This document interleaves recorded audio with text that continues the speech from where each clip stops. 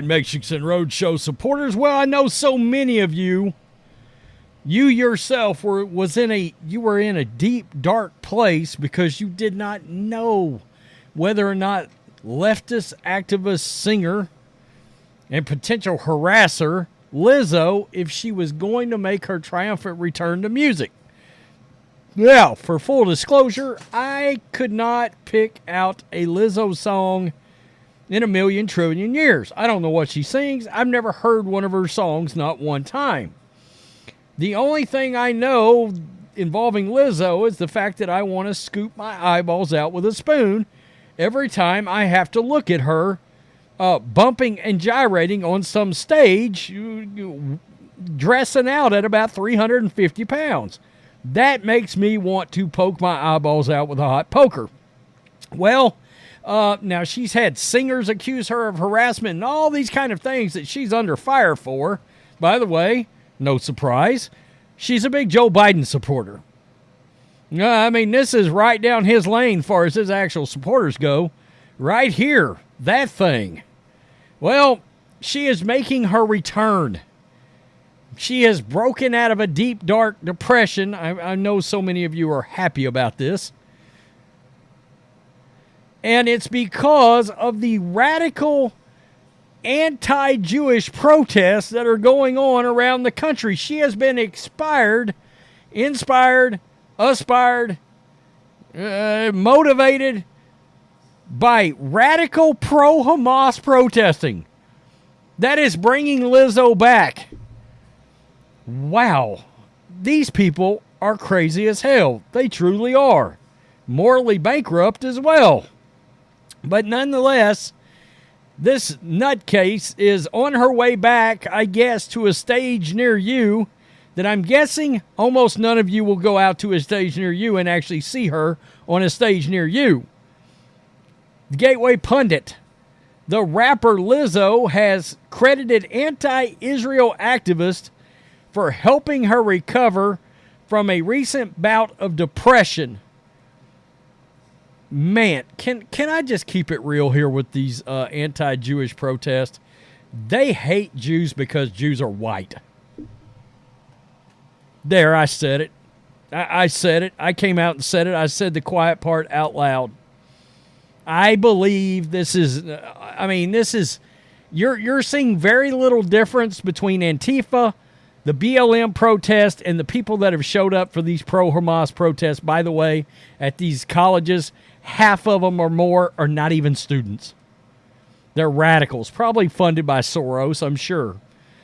Okay, now that we got that out of the way. In a post on her Instagram page, LIZZO said that the pro-Palestinian protest across the U.S. and around the world have, quote, activated her desire to live.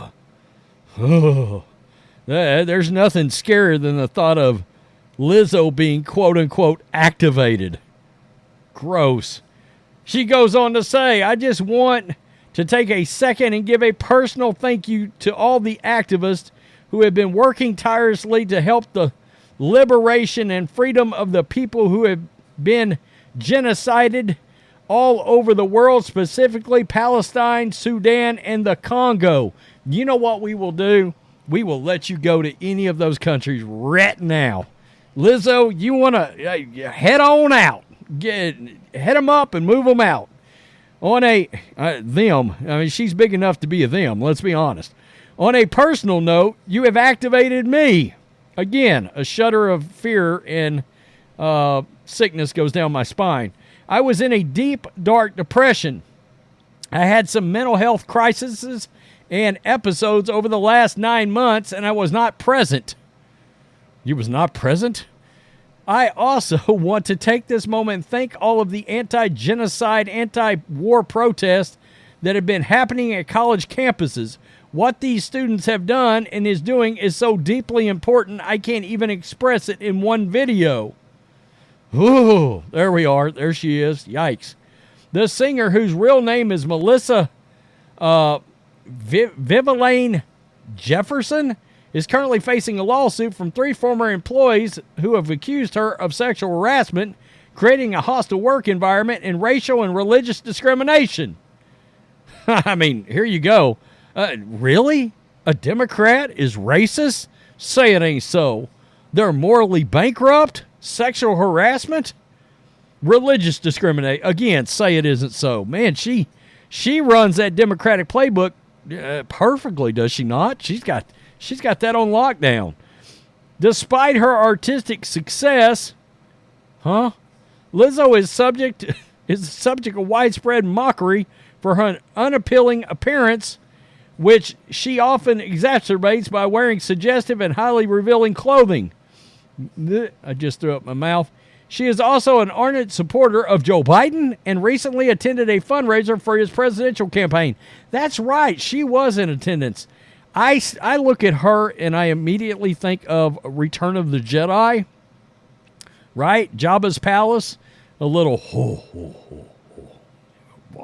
Chewbacca.